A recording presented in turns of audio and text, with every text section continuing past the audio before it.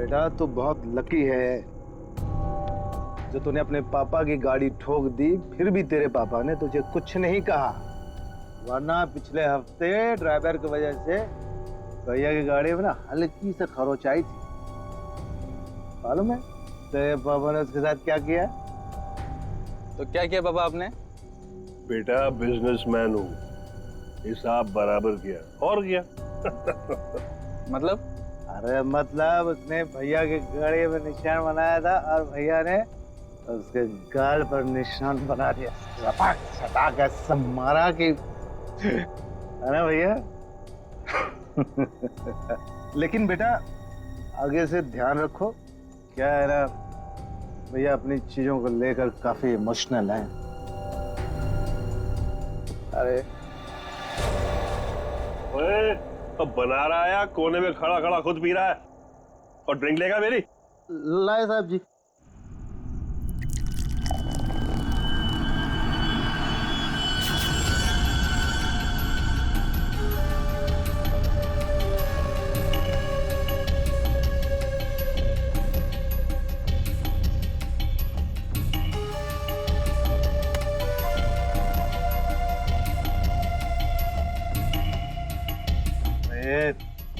इतना कांप क्यों रहा है? हाँ संभाल के रख।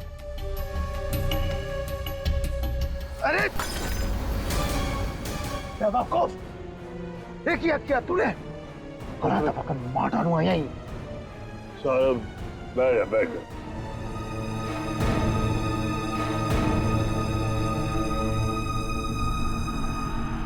गलती हो गई ना, कोई बात नहीं, गिलास ही तो था। साहब गलती होगी, वो हाथ से गिलास। फिर वही बात, भाई कांच का टुकड़ा तेरे से ज्यादा कीमती थोड़ी ना है। सीधा आजा आजा, उठा ले भाई, किसी के लग जाएगा नहीं तो। उठा।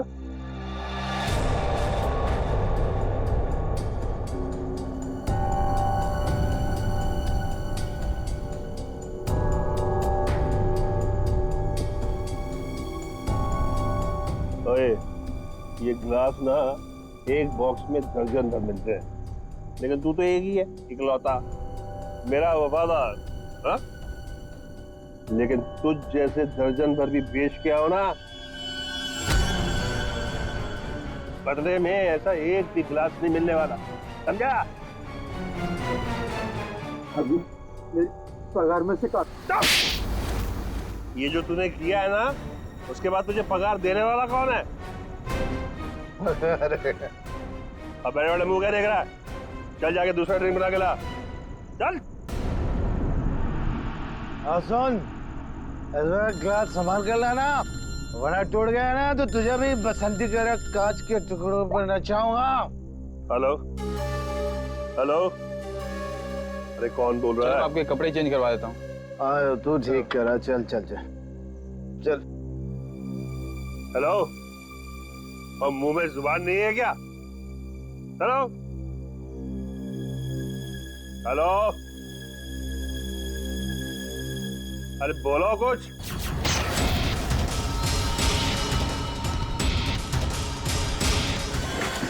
मैं सच कह रहा हूँ, मैंने कुछ नहीं किया। बोल तूने ऐसा क्यों किया? मैं तुझे जान से मार डालूंगा, मैं तेरे टुकड़े टुकड़े कर दूंगा। मेरे भाई को क्यों मारा? बोल। रुक जा, छोड़ो छोड़ो छोड़ो छोड़ो, छोड़िए छोड़िए, छोड़ो। मेरे भाई को, इसने मेरे भाई का खून। सब शांत हो जाओ, हमें अपना काम करने दो, सब कुछ सामने आ जाएगा। जरा बताओगे एग्जैक्टली क्या हुआ क्या था यहाँ पर? तुम्हें ऐसे क्यों लगता है कि मोनू ने ही निर्जर को मारा होगा? क्योंकि उस वक्त छत पर इनके और मोनू के अलावा और कोई नहीं था सर। आप कहाँ थे?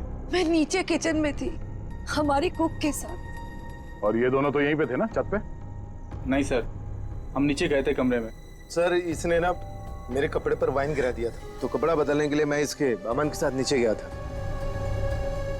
तो मतलब कुछ देर के लिए तुम लोग जब गए थे नीचे, तब किसी ने निर्जर को मारा है? अरे सर किसी ने नहीं, इसने मेरे भाई का खून किया। इसने मेरे भैया का वाइन का गिलास इसने तोड़ दिया, तो भैया ने इसे मारा और बदले में इसने मेरे भैया का खून कर दिया।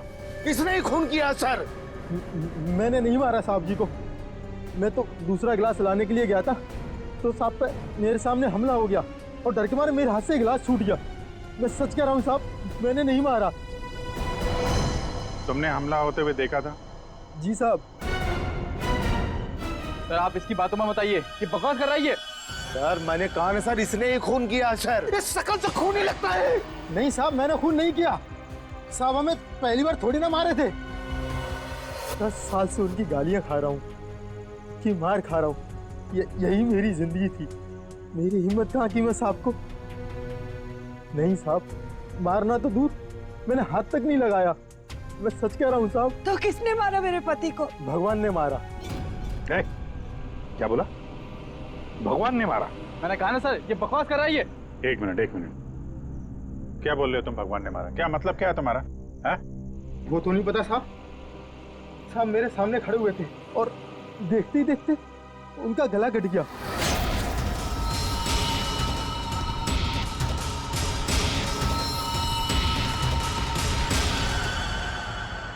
साहब ना तो कोई चाकू, ना कोई खंजर, कोई हथियार भी नहीं और कोई हथियार चलाने वाला भी नहीं साहब। कोई हथियार नहीं था? हाँ साहब, अचानक से उनका गला कट गया। ये सब भगवान ने उनके कर्मों की सजा दी है। बंद कर अपनी बकवास। अरे सर इसने खून किया मेरे भैया का, मैं बोल रहा हूँ ना। शांत हो जाओ। सर आप इसकी बात पे विश्वास कैसे कर सकते हैं? तुमसे किसने कह दिया कि हमने इसकी बात का यकीन कर लिया? हाँ? हमें क्या करना है और क्या नहीं करना है हम अच्छी तरह से जानते हैं। आप दोनों थोड़ी देर के लिए शांत हो जाइए, समझे? जरा बताओ, क्या तुमने किसी को तुम्हारे घर के अंदर आते जाते देखा? नहीं सर, कोई और आता तो मुझे जरूर पता चलता। और आप दोनों पूरी टाइम वहाँ पे कमरे में ही थे क्या? जी सर। आपने इन दोनों को देखा था कमरे में जाते हुए? हाँ, और इन्होंने भी मुझे देखा। सर इसका मतलब ये है कि बाहर का कोई आदमी घर के अंदर से नहीं आया। फिर तो घर के बाहर से आ सकते हैं, ये पाइप से। फिर एक काम करो, इन सब की स्टेटमेंट्स ले लो, इस कुक के भी, और मैच करके देखो कितना सच बोल रहे हैं ये लोग। और अंकिता तुम बैठ जाओ। आइए चलो। निर्जर का गला काटने के लिए खूनी इसके नजदीक तो आया ही होगा। या नजदीक पहुंचा कैसे? सर शायद पाइप या एसी वेंट से चढ़कर आया हो। एक काम करो, आसपास रहने वाले लोगों से पूछताछ करो, देखो क्या उन्होंने किसी को पाइप से बिल्डिंग में चढ़ते हुए देखा है क्या? रेडी? Sir ready? काम करो, इस बिल्डिंग की सीसीटीवी फुटेज चेक करो।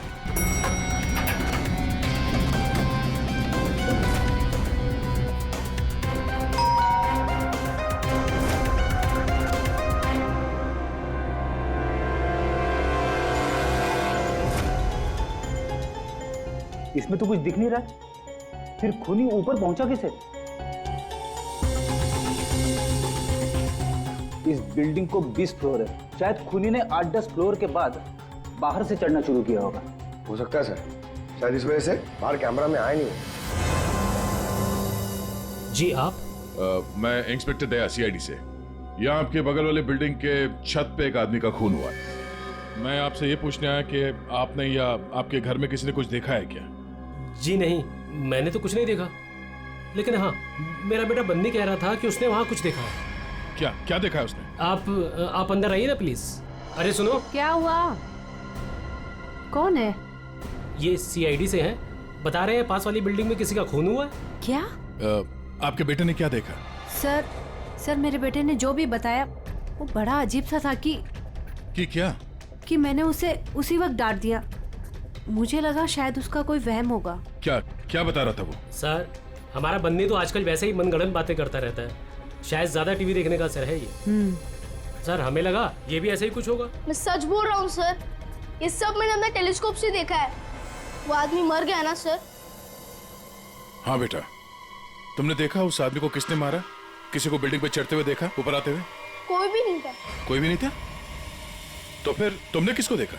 उसी को जिसने खून किया। किसने खून किया? एक बहुत बड़े बैट ने। बैट ने मतलब चमगादड़ ने? हाँ, ये सब मैंने अपने टेलीस्कोप से देखा है। मैं रोज रात को अपने टेलीस्कोप से स्टार्स को देखता हूँ। चलिए आपको भी दिखाता हूँ। चलो दिखो। मैंने ये सब यहाँ से देखा सर। यहाँ से? हाँ।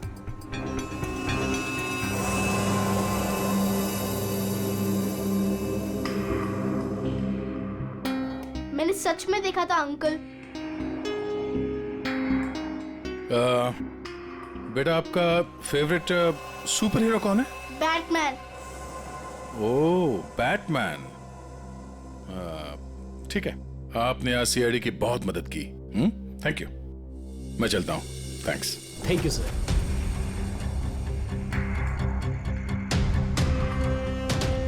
तो पूरे बिल्डिंग में पता किया, डेड एंड है। किसी ने भी किसी को बिल्डिंग में चढ़ते देखा नहीं सर। सीसीटीवी फुटेज भी चेक किया सर, कोई नहीं दिखाई दे रहा है। इंसानों ने नहीं देखा, कैमरों ने नहीं देखा। ये खूनी है या मिस्टर इंडिया? रेडी, ये खूनी कांच की तरह है, कांच की तरह ट्रांसपेरेंट, पारदर्शी। हमारे सारे सवालों का एक ही जवाब है, ये कांच। तुम्हारा अंदाजा एकदम सही है। इसके गले के घाव में से कांच का टुकड़ा मिला है। मतलब सर, मोनू ने टूटे हुए कांच से इनका गला काटा और इनकी जान ले ली? हाँ लगता तो वैसे, मगर पता नहीं क्यों मेरा मन कहता है कि जो दिखता है ये केस वैसा नहीं है। बिल्कुल तुम्हारी बातों की तरह से। हाँ नहीं, मेरा कहने का मतलब ये था कि वाइन ग्लास के कांच के टुकड़े को और उसके घाव में से जो कांच का टुकड़ा मिला उसको, दोनों को मैंने अच्छी तरह से टेस्ट किया। तो दोनों एक ही हैं, लेकिन अलग अलग है। देख सर, उनके दिमाग खराब मत कर यार, जो है वो सीधे सीधे बता देना यार। सीधी सीधी बात ये है भाई कि वाइन ग्लास के कांच के टुकड़े से इसका गला नहीं काटा गया। तो फिर देखना चाहते हो? आओ देखो, ये है वाइन के ग्लास का टुकड़ा और ये देखो, ये है वो कांच जो इसके गले के घाव में से मिला है। दोनों की कंपोजिशंस अलग अलग है, ठीक है? वाइन का ग्लास बहुत ही महंगे क्रिस्टल से बना हुआ है और इसके गले में से जो कांच का टुकड़ा मिला है वो बहुत ही साधारण सा, बहुत सस्ता सा, घरेलू काम में इस्तेमाल किया जाने वाला कांच है। वाइन ग्लास के कांच से खून नहीं हुआ है, इसका मतलब है कि मोनू ने खून नहीं किया। लेकिन हमें वहां पे तो दूसरा कोई कांच का टुकड़ा मिला ही नहीं यार। सड़न के, अगर वाइन ग्लास के कांच से नहीं गला काटा है तो फिर कौन से ग्लास से काटा है? एक और बात, ये जो कांच का टुकड़ा इसके गले में से मिला है, उस कांच के टुकड़े पर काले रंग की डाई और गोंद मिला है, गम। काले रंग की डाई? कौन? जिसने खून किया वो वहां नहीं था, जिस कांच से खून किया वो भी वहां नहीं था। अब मैं यहां हूं कि मैं भी नहीं हूं। काले रंग की डाई और गोंद, ऐसा कौन सा कांच होता है? किससे काटा होगा? और उसी कांच से काटा तो क्यों काटा? अब जी काटने की बात की ना तुमने, पतंग के मांझे से भी तो काटा जाता है। क्या मतलब तुम्हारा? मतलब साउंड के बचपन में तूने कभी पतंगे उड़ाई हैं? नहीं, मैं बहुत स्टूडियस बच्चा था। तेरी की यार, हम सब ने पतंगे उड़ाई है और पतंगे काटी भी है दूसरों की, मांझे से, पतंग के मांझे से। उसके ऊपर कांच का चूरा और गोंद लगाई जाती है मांझा बनाने के लिए। लेकिन पतंग के मांझे का कांच इसके गले में कैसे पहुंचा होगा? सर, वो बच्चा बनी, वो कह रहा था कि उसने टेलीस्कोप में एक बड़े से बैट को इस आदमी को मारते हुए देखा था। बैट को? चमगादड़? हाँ सर, वो बैट जैसा कुछ हो सकता है, कुछ और हो। जैसे कि पतंग काले रंग की? हाँ यार, पतंग। हाँ, हमने सुना है ना कि पतंग के मांझे से हाथ कट जाता है। हाथ कट सकता है तो फिर गला क्यों नहीं कट सकता?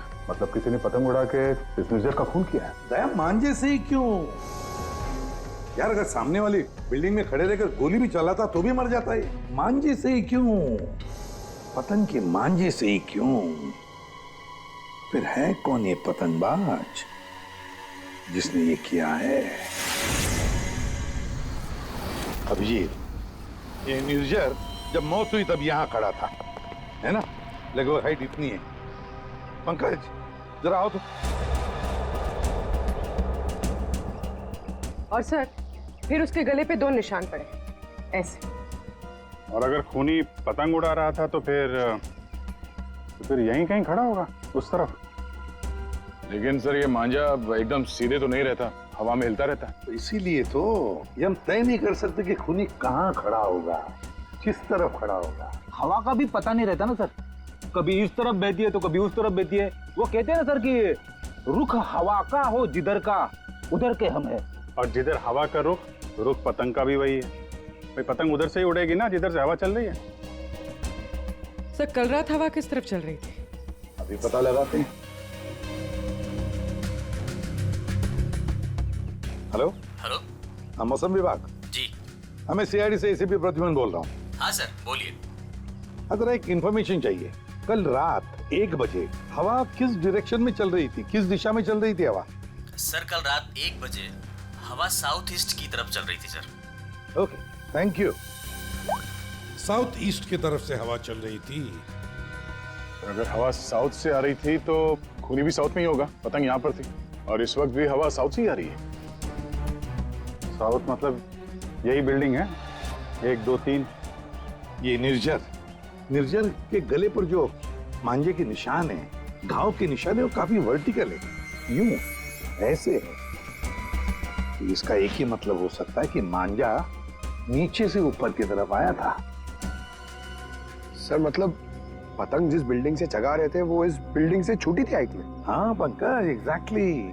छोटी बिल्डिंग तो ये है सर, ये 1 और वो 2 और वो 3। साउथ ईस्ट तो सर वो बिल्डिंग वन विहार।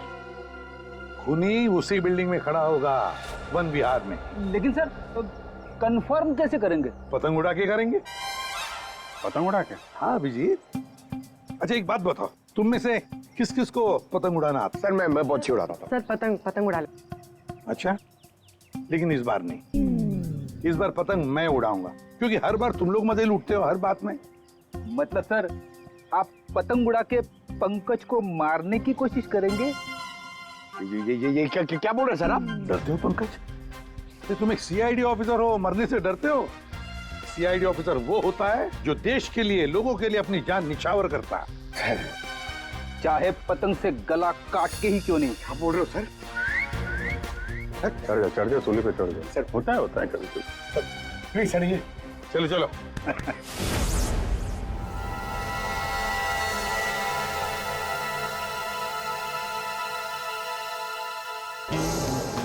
अभिजीत, अरे जरा ढील दो, ढील दो। हाँ बता।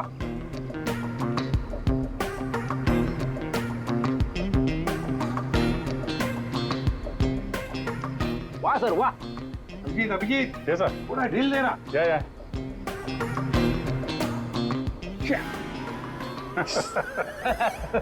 अभिजीत सर की पतंग कट गई। हाँ हाँ।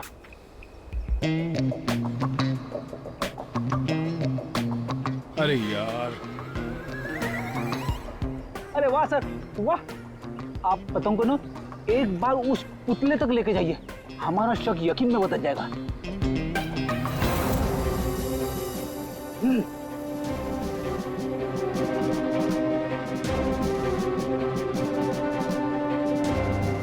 अरे नहीं यार, फ्रेडी पकड़ लो। ये नामुमकिन है। कितनी सारी चीजों का ध्यान रखना पड़ता है, हवा की दिशा, फिर वो एंगल, हाइट। सर अगर आपसे नहीं हुआ तो मुझे नहीं लगता ये पॉसिबल है। मगर सर सारुके साहब तो श्योर थे, गर्दन मंजे से ही कटी है। सर, हो सकता है मांझा ही हो, पतंग हो ही ना। इस निर्जर के केस को किसी और तरीके से सुलझाना पड़ेगा। कोई और तरीका? हाँ, निर्जर की मौत से किसको सबसे ज्यादा फायदा हो सकता है, उसे ढूंढना पड़ेगा। सर अगर आपकी परमिशन हो तो ये सब प्लान चेंज करने से पहले मैं किसी के आदमी से बात करना चाहता हूँ। किससे? नाम तो नहीं मालूम, ढूंढना पड़ेगा सर उसे।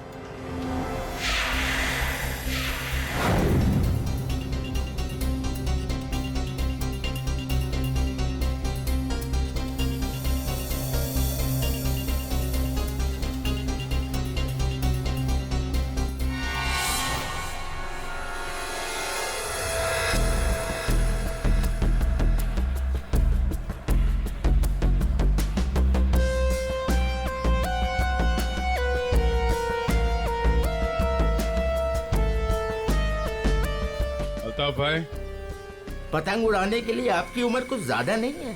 क्यों? पतंग उड़ने से पहले नाम और उम्र पूछती है क्या? हाँ, अगर आप जानना चाहते हो तो मैं बता देता हूँ। मैं इंस्पेक्टर दया, सीआईडी से। मैं यहाँ एक केस के सिलसिले में आपसे कुछ पूछने आया हूँ। कहिए। अल्ताफ भाई, ये बताइए, क्या इस तरह के मांझे से किसी की जान ली जा सकती है? मतलब गला काटा जा सकता है? अरे क्या कह रहे हैं जनाब, ये तो मेरी रोजी रोटी है, ये तो मेरे परिवार का पेट पालने के लिए, ना कि किसी का गला काटने के लिए। अल्ताफ भाई, फिक्र मत कीजिए, ये सिर्फ जानकारी के लिए पूछ रहा हूँ। या बाजार में सबसे पूछा तो सबने यही बताया कि यहाँ सबसे समझदार और जानकार आदमी इस पेशे में आप ही हैं। मेरे सवाल का जवाब देंगे आप? सुना तो कई बार है जनाब, और अखबार में भी पढ़ा है कि मांझे से लोगों का हाथ कट जाता है। तो क्या मांझा इतना तेज हो सकता है कि कोई उससे किसी की जान ले ले? जनाब, पिछले कई सालों में बहुत से कानून आए हैं जो मांझा एक हद से ज्यादा तेज नहीं बना सकते।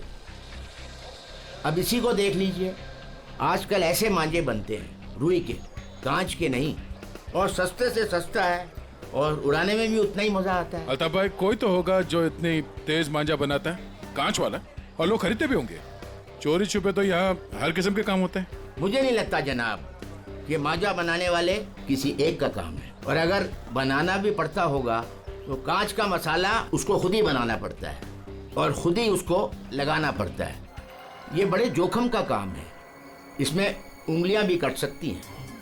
आज से 30 साल पहले हमारे गांव में वो तेज मांझा बनता था, लेकिन आजकल बच्चों के पास ना तो टाइम है ना हुनर है। हाँ, आजकल के बच्चों में तो नहीं है। हो सकता है ये खूनी आप ही के पीढ़ी का हो। अच्छा, इस तरह का मांझा बनाने में कौन सा कांच इस्तेमाल होता है? किसी भी तरह का चल जाता है। अब जैसे ये है, ये सस्ते में सस्ता है, और ये बल्ब के टुकड़े से भी बनता है। चाहे आप ट्यूब लाइट उसमें लगा दीजिए तोड़ के। तो कांच के जरिए पता लगाना मुश्किल है। अच्छा अल्ताफ भाई, अगर आपको ये काम करना होता तो आप कैसे करते? दुनिया में चंद ही लोग होंगे जिनके हाथों में ये हुनर है। हम जानते हैं अल्ताफ भाई, इसीलिए तो मैं आपके दरवाजे पे आए। बड़ी मेहनत का काम है साहब। पतंग किस जगह पर उड़ाना है, किस ऊंचाई पर, हवा का रुख, रफ्तार, सब सही हो तभी निशाना सही लग सकता है। शुक्रिया अल्ताफ भाई, शुक्रिया।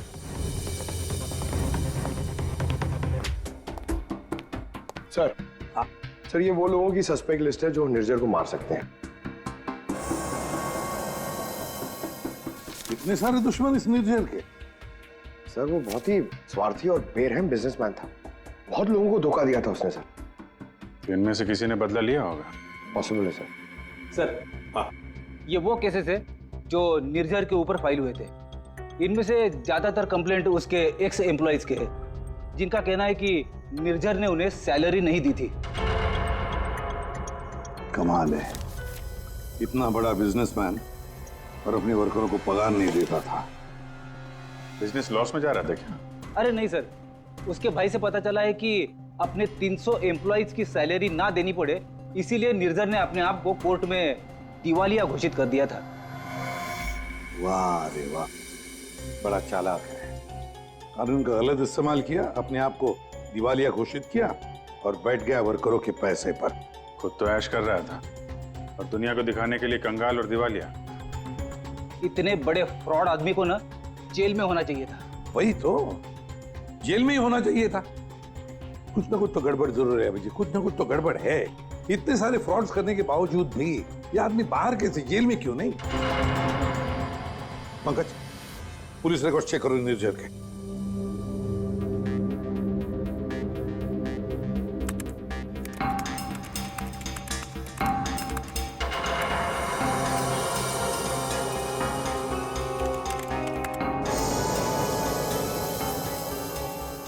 सर पुलिस रिकॉर्ड तो है। क्या? 5 साल पहले निर्जर कस्टडी में लिया गया था सर। ये मगर सर सिर्फ 1 घंटे के लिए। क्या? सिर्फ 1 घंटे के लिए? कमाल है सर, 1 घंटे के लिए कौन जेल में जाएगा? इतना बड़ा फ्रॉड किया और सिर्फ 1 घंटे के लिए? ओ, सर ये फ्रॉड के लिए तो अंदर गया ही नहीं था, हिट एंड रन केस के लिए गया था। किसको उड़ाया इसने? ज्यादा डिटेल्स तो दिख नहीं रही इसमें। अरेस्टिंग ऑफिसर कौन है देखो? Inspector Rane, Versova police station. कैसे राणे साहब? हाँ ठीक है, बोलिए। जरा ये फोटो देखो राणे। इसका नाम निर्जर है और 5 साल पहले आपने किसी केस में अरेस्ट किया था इसे। हाँ याद है मुझे, इसे तो हमने हिट एंड रन केस में पकड़ा था। एक्सीडेंट? किसका एक्सीडेंट हुआ था? एक बच्चे का एक्सीडेंट हुआ था, मगर बाद में पता चला कि गलती बच्चे की थी। बच्चे की गलती? कैसे? बच्चे भागते हुए अचानक रोड पे आ गया और इस कार से टकरा गया। अच्छा, अचानक भागते हुए आया। क्या क्या हुआ, क्या था? कोई इसको दौड़ा रहा था या वो किसी का पीछा कर रहा था? सर पतंग के पीछे। पतंग? हाँ सर, वो ऊपर देख के भाग रहा था पतंग पकड़ने के लिए। उसे पता ही नहीं चला कि कब वो रोड पे आ गया। वैसे बड़ी अच्छी याददाश्त है आपकी। इतने सालों के बाद भी आपको निर्जर केस के बारे में सब कुछ याद है? सर ऐसे बेरहम इंसान को कौन भूल सकता है? बेरहम? क्यों?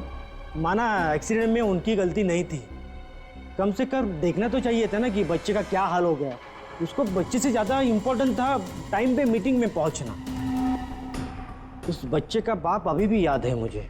क्यों, कुछ किया था क्या उसने? कुछ नहीं। कुछ नहीं मतलब? सर कुछ नहीं किया, इसीलिए तो याद है। ना कुछ कहा ना कुछ सुना। जब उसे पता चला कि निर्जर को छोड़ना पड़ रहा है तो पुलिस स्टेशन के बाहर ऐसे खड़ा रहा जैसे सांप सूंघ गया हो, जो कोई फर्क नहीं पड़ा हो। फिर वो चला गया।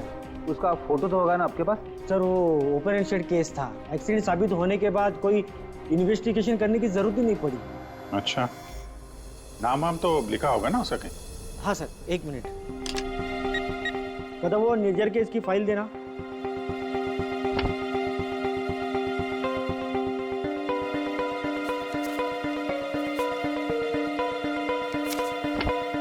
सर ये देखिए, बच्चे का बाप का नाम, फोन नंबर और एड्रेस भी है। पवन कुमार, शंकर नगर। बेटी, एड्रेस फोन नंबर वगैरह नोट कर लो जरा।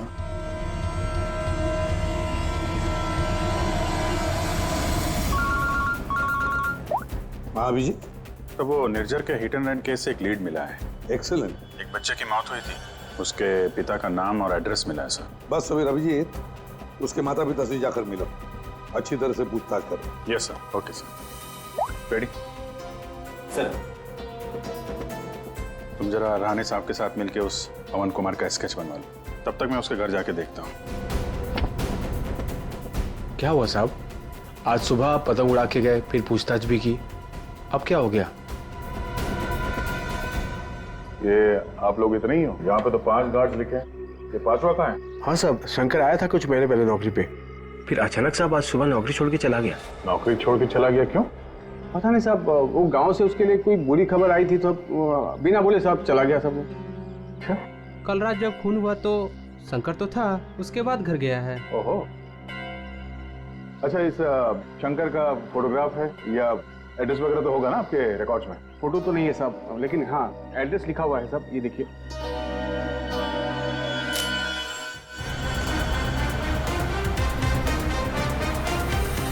हाँ सर, एड्रेस तो मिल गया है, पर मुझे लग रहा है कि ये एड्रेस गलत हो सकता है सर। शंकर ने खून किया है सर, फिलहाल तो फरार है, पर उसने निर्जर को क्यों मारा होगा ये मकसद तो समझ में नहीं आ रहा है सर। ये पवन कुमार के घर में तो ताला लगा हुआ है। पड़ोसी बता रहे थे कि बच्चे के एक्सीडेंट के 2-3 साल के बाद उसकी माँ ने उसके गम में आत्महत्या कर ली। और ये पवन का क्या हुआ? सर वो तो 3 साल पहले ही घर छोड़ के चला गया, उसके बाद से वापस नहीं लौटा। मुझे तो इसी पे शक है सर। एक मिनट अभिजीत, ये पवन 3 साल पहले घर छोड़कर चला गया और फिर अचानक अब जाग उठा बदला लेने के लिए? क्या कर क्या रहा था 3 साल तक? एक मिनट सर, एक मिनट। अभिजीत, ये पवन अपने घर से कितने साल से गायब है? ये 3 साल पहले। क्यों 3 साल से? अच्छा सर, वो पवन कुमार का स्केच बनने वाला था, बन गया वो? देखता हूं।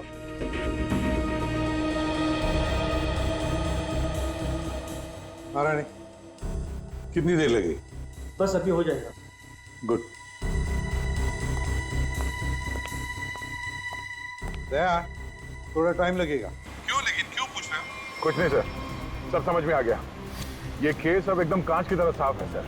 कांच की तरह साफ हो गया मतलब? क्या कहना क्या चाहते हैं? सर मैं कुछ काम करना भूल गया हूँ सर, मैं थोड़ी देर में पहुंचता हूँ सर ब्यूरो। ठीक है, जल्दी आ जाओ।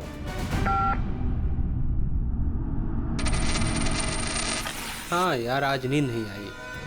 अरे कैलाश, शुक्रिया। तुम्हारी वजह से आज हमने एक मुजरिम को पकड़ लिया। अच्छा हाँ, वो शंकर, उसने गलत एड्रेस लिख दिया था। उसे खुद लिखा था क्या? नहीं साहब, शंकर तो अनपढ़ है। अच्छा, तो फिर रजिस्टर में एड्रेस किसने लिखा? जी साहब, मैंने। तो यहाँ जितने भी नए गार्ड आते हैं उनका नाम, नंबर, एड्रेस सब तुम्हें लिखते हो? जी सर। अरे हाँ, ओह सॉरी, मैं तो भूल ही गया था। सारे रिकॉर्ड्स तो तुम ही रखते हो। कौन सिक्योरिटी गार्ड काम पे कब आता है, कब नौकरी छोड़ के चला जाता है, ये सारी तैयारी तो तुम ही करते हो, हैं? वैसे कैलाश, कितने साल से नौकरी कर रहे हो इस बिल्डिंग में? हाँ साहब, 3 साल से। 3 साल से? 3 साल से वो खूनी भी गायब है।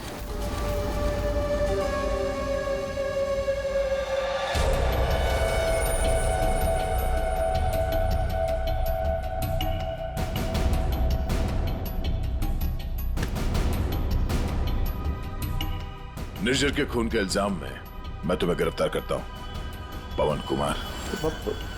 पवन कुमार? हमारा नाम तो कैलाश है साहब। वो आपको शायद कोई गलत फहमी हो रही है हमको पहचानने में। लेकिन मुझसे कोई गलती नहीं हो रही है मिस्टर पवन कुमार। ये क्या है साहब? हाँ क्या साहब, आपको कोई नहीं मिला तो एक गरीब को फंसा रहे साहब। अच्छा,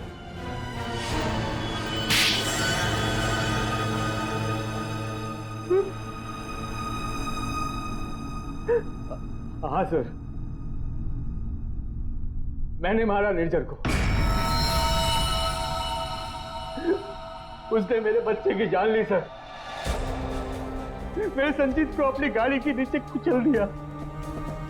मेरी पत्नी संजीत की मौत का गम बर्दाश्त नहीं कर पाए, खुदकुशी कर ली। निर्जर ने सिर्फ मेरे बेटे को नहीं मारा साहब, ये 2 खून किए। उसे जिंदा रहने का कोई हक नहीं है साहब। ऐसे बेरहम नीच आदमी का मर जाना ही अच्छा था। पवन, निर्जर अच्छा आदमी नहीं था, हमें भी पता है, मगर उसने तुम्हारे बेटे को जानबूझकर नहीं मारा। गलती तुम्हारे बेटे की थी। वो खुद पतंग के पीछे दौड़ते दौड़ते निर्जर के गाड़ी के सामने आया। गलती मेरी है। मैंने उसे सिखाया था पतंग बनाना, पतंग उड़ाना, सब कुछ। उसे बहुत शौक था पतंग उड़ाने का, पतंग के पीछे भागने का। काश मैं उस दिन से रोक लिया होता।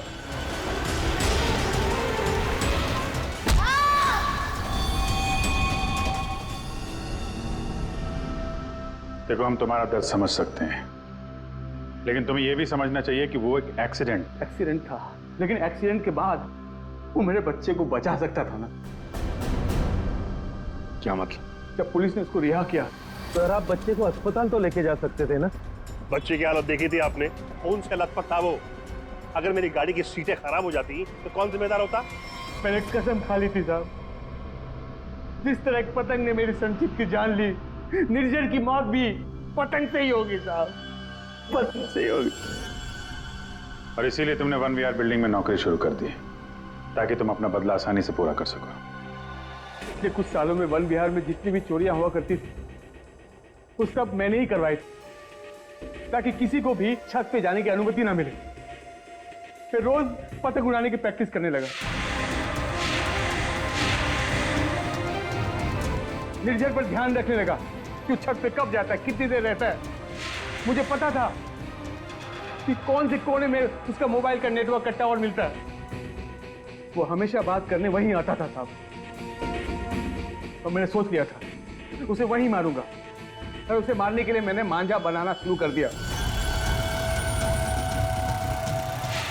काली पतंग बनाई, मैं तैयार था साहब, बस हवा का रुख और तेजी का इंतजार था मुझे। और एक दिन भगवान ने मेरी सुन ली, सब कुछ सही था। मैंने निर्जर के मोबाइल पे फोन किया, पतंग उड़ाई और उसका गला काट दिया। जिस मांझे से तुम अपनी जिंदगी का इंसाफ करना चाहते थे, उसी मांझे ने तुम्हारी जिंदगी की रेखा बदल दी। तुम्हें कड़ी से कड़ी सजा होगी।